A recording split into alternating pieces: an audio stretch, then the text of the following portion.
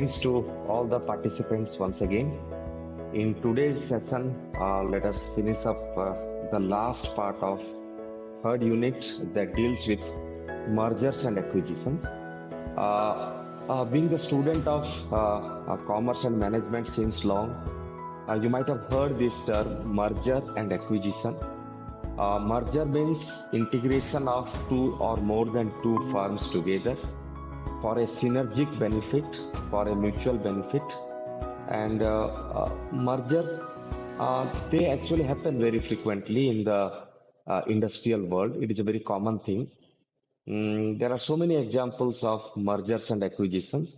These are two different terms. First of all, try to understand what mergers are. Then we'll discuss about they will have I will discuss about acquisitions thereafter. So, as I told you, merger means when two or more than two entities that combine together and a new entity is formed. That is known as merger. That brings a synergic benefit. This can be better explained with the help of one more concept in economics, that is returns to scale. Bigger the size of the organization, bigger benefits they actually get.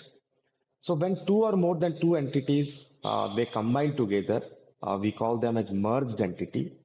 So what are the benefits of that? The benefit is that there is they can face more competition. The price war actually ends up. Now, best example, let me cite you. There was a company in 1990s which was known as Lipton India, and simultaneously during that time, Brook Bond was also there. So these two companies were competitors. They were arch rivals, and these two companies they merged together, and they were having lot of competition with respect to price. There was a price war between them, and after these two companies merged together, the price war totally ended up. So that brings lot of benefit actually when there is a merger. And many organizations they prefer merger as a very potent tool for entering into a foreign market.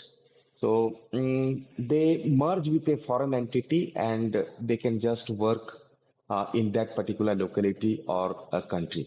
Acquisition is somewhat different. Acquisition means when large organization buys, purchases a controlling stake in another organization, that is known as acquisition. So these are two things, mergers and acquisition. Uh, Acquisition is also okay because many Indian companies they also acquire foreign entities and foreign entities they acquire Indian entities also. And on this basis actually they work together, right? This is about mergers and acquisition. Mergers and acquisitions are strategic approaches for entering international markets through the amalgamation or acquisition of an existing enterprise in the target nation. So whatever I said, it relates to that only. Types of mergers and acquisition. Basically, these are of two types. Uh, One is merger, another is acquisition.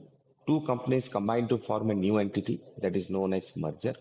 Acquisition, one company purchases a controlling interest in another company that is known as acquisition. Now, let us briefly discuss about the advantages of or the merits of mergers and acquisition. The first is quick market entry. Acquiring an established company grants paid access, rapid paid access to a foreign market encompassing its clientele, distribution networks, and infrastructure. In very simple terms, you can say that an organization they can easily use the infrastructure, the foreign market, or the client list which the other company organization is having technology and skills with each. So if two companies they merge together, there is a synergic benefit, and because of that synergic benefit, definitely organizations they prefer this. The second point is related to synergies only. The second advantage is synergy. Mergers and acquisitions can generate operational synergies and the cost efficiency through the amalgamation of resources technology, and skill. Now, let me just briefly explain you what synergy is. In economics, standard economics, and in commerce, generally, we believe in one thing, that is input and output. Output should be equal to input. Generally, we say in mathematics also, the left hand side should be equal to right hand side, we say. Uh, Likewise, this is a very general thing that output will be equal to input or slightly less than input.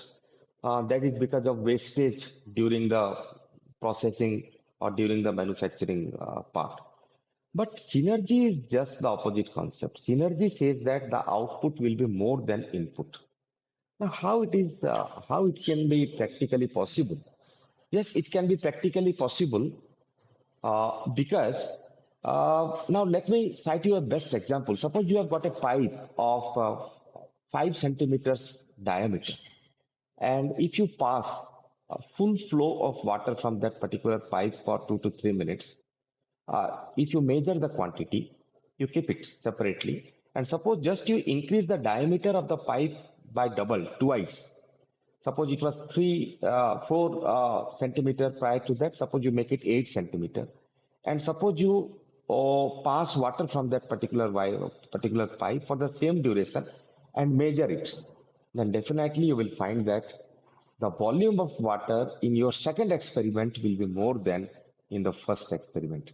So what you are doing is that you are increasing the diameter by twice, but that means, as per the standard norm, the water output should be double in the second experiment, but you will find that in the second experiment, the volume of water will be more than double. So that is actually synergy. So it can be felt actually, it can be realized also. And likewise, so many other examples also we can cite for synergies. Okay, because of paucity of time, I cannot cite more examples. The third one is competitive advantage. Acquiring a local enterprise enables the organization to what you call make its entry quite easy and to reduce the hurdles and compete proficiently in the new market. So definitely this is a competitive advantage because some other organization, the parallel organization is already, it is operating in that particular country. So all the advantages that that particular company used to avail prior to the merger or acquisition, after merger and acquisition also those advantages will prevail. Along with that, some more advantages will be added also. Next, there are some demerits also, quite obvious. Demerits are integration challenges. There are no norms, rules, regulations for mergers and acquisition. Then next is high cost. Definitely, when one company merges with another company or one company acquires another company, they have to pay huge amount of money, and at times they have to pay the amount which is more than the market value. Likewise, there are regulatory hurdles also. Many a times we have discussed that different countries have got different norms, rules, regulations. So they also pose a serious challenge when it comes to mergers and acquisition. So these are the disadvantages or demerits of mergers and acquisition. So with this, our third unit is done. We have completed the third unit, and let us deal with the fourth unit, which deals with globalization, WTO, and multinational corporation, that is MNCs. Now, globalization. Globalization denotes the growing connectivity and interdependence of global markets, economies, and cultures. It encompasses the movement of products, services, capital, individuals, information, and technology across international boundaries. Globalization has revolutionized the global economy, influencing company operations and international relations. So definitely we are living in a globalized era.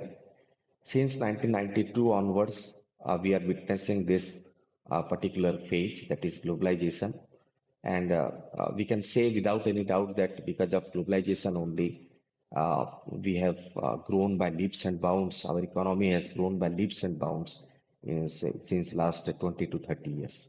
So globalization, in simple words, is integrating the economy of a particular country with other countries of the world.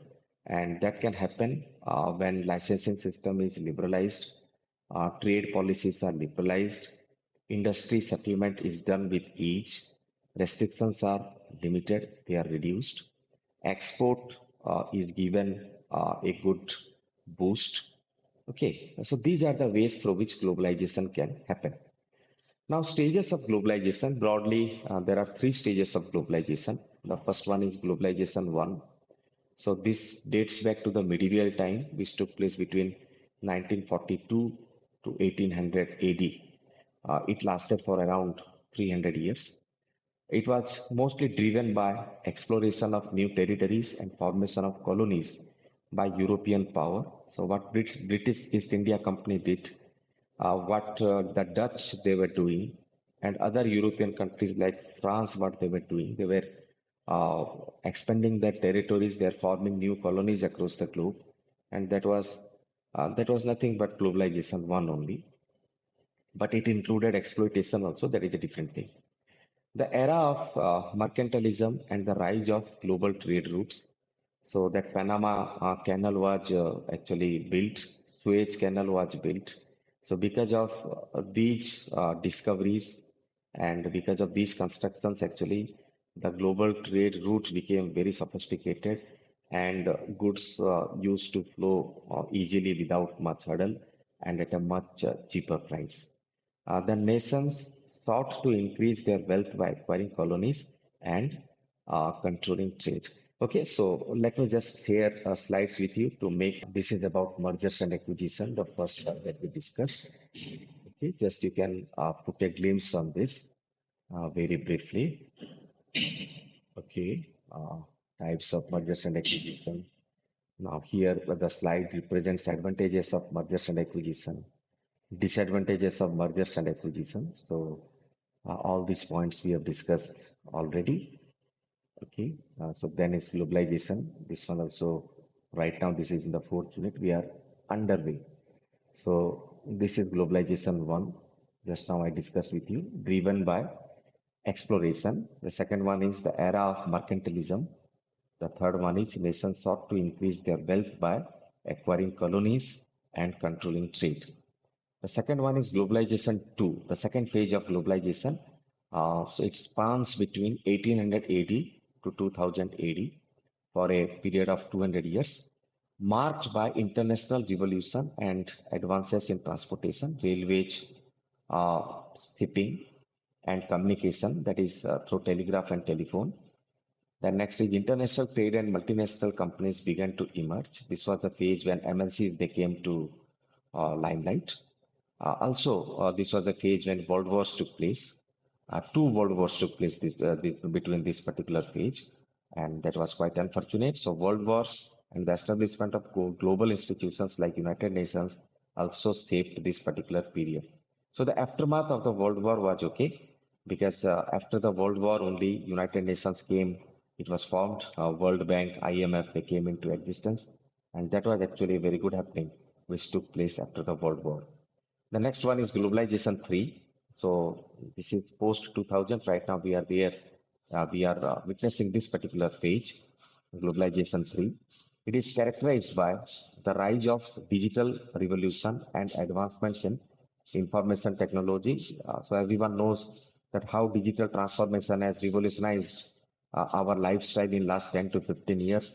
The way we are using technology, smartphones, and other technologies and how they've changed our life in a positive way. We know it very well. Second one is global supply chains like e-commerce and outsourcing have become dominant features. Definitely, we are purchasing a lot from e-commerce platforms like Amazon, Flipkart, Miantra. There are numerous number of platforms, and they are facilitating the needs and requirements of the common people. The next one is driven by industrial enterprises and small enterprises leveraging the interest of global reach. Definitely, even small entrepreneurs and individual, what you call entrepreneurs, very small scale businessmen, they are also leveraging we are getting benefit of the globalization, the information technology revolution, which has taken place in last 10 to 15 years. Now let us discuss about uh, the next slide details about the methods of globalization. It narrates, it showcases the methods. You can just take a glimpse of this. So the first one is trade liberalization. So it reduces barriers to trade, such as tariffs, quotas, and encourage international trade. That's fine. Foreign direct investment, yesterday we had discussed about this. Investment by company in foreign countries, establishing or expanding operations there. Yesterday we had discussed about greenfield FDI and brownfield FDI. So this is another method of globalization. The next one is outsourcing and offshoring. So relocating production and service operations to nations with reduced labor and production expenses. So outsourcing means sending products and services from one area to another area, from one country to another country. Technological advancements, advancements in communication, transportation, and digital technology that enhance the exchange of information of goods internationally. So this point is pretty clear. Global supply chain, consideration of manufacturing and distribution operations across many nations to enhance cost effectiveness and efficiency. So globalization has added to global supply chain to a great extent. So okay, let us stop today and uh, now question and answer session. So if you have got any doubt or query, you can ask me.